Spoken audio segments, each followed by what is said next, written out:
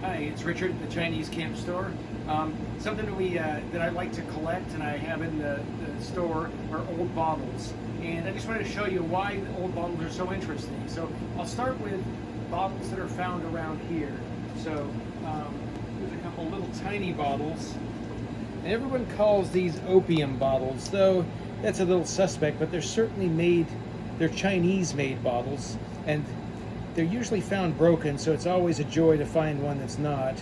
And so these are generally medicine bottles from the 1800s, made by Chinese. This one has some little gold lettering on it, though it's very, very hard to see. I can't read it, but I'll have to try to figure out what that says. Here's another one. Now, here's a really hard to find one. It's actually got Chinese writing on it. So, so the Chinese imported some things from China for themselves. That's the sort of thing. So now I'm going to tell you about another kind of bottle that you might not think has any sort of Chinese story behind it. This bottle says, so if in the bottom line it says snake oil liniment. Now the whole term snake oil or snake oil salesman has come to me a phony product. But snake oil started in America because the Chinese brought water snake oil here, and the water snake oil actually had medicinal benefits, just like fish oil does. So it was good for the joints, and it had some other health benefits. So originally snake oil was something genuine and good, and probably originated from China. But there were a lot of shyster purveyors of medicine in the late 1800s, and one of the most famous was Clark Stanley's snake oil, which he claimed would cure paralysis, pneumonia, everything. And so he went around the country and he would kill snakes as part of his show to prove that he was using snake oil. Well, eventually the government tested his snake oil liniment and found out there wasn't any snake oil in it at all. It was all animal, other animal products like cow fat and such things. So he was one of many medicine purveyors that was selling phony products. I'll show you another one. It's along that line. This is a famous one. So this one's called Mrs. Winslow's Soothing Syrup. This is very famous. It contained morphine and alcohol, and it was marketed to children, to women with small children. So here's the real advertising.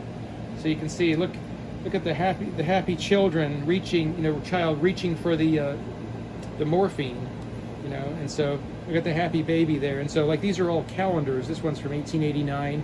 So so there was outright fake medicines, but then there was medicines that were very powerful, but they were advertised improperly, and a lot of children died because they were overdosed on morphine, because they weren't clear about what the ingredients were.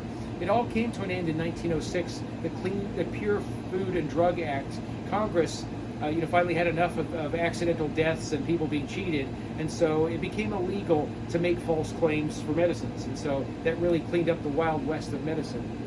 Speaking of Wild West, this is a pumpkin seed bottle, so it's sort of got a funny shape, and it was for whiskey.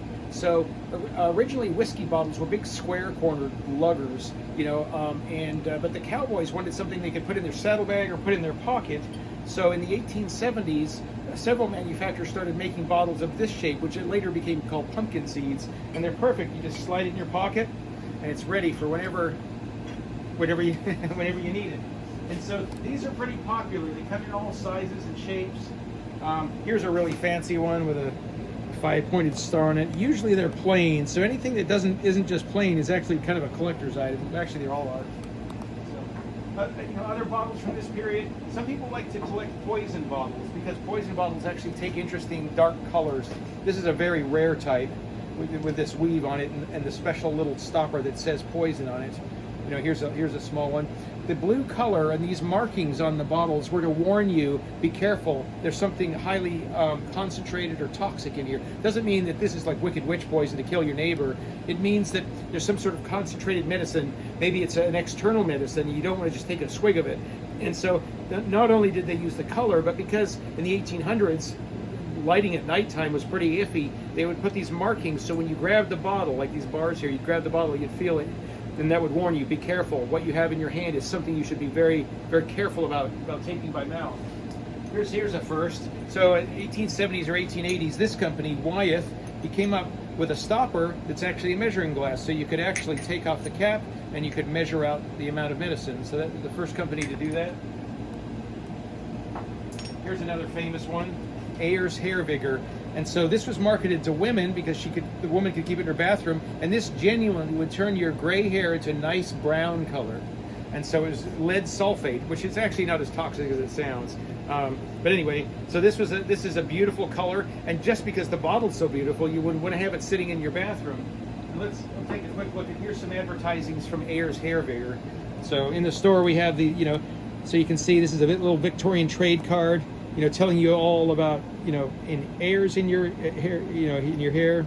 So the mermaids have found a cask of Ayers Hair Vigor from the shipwreck, and they're all combing it in their hair, and look how beautiful it is.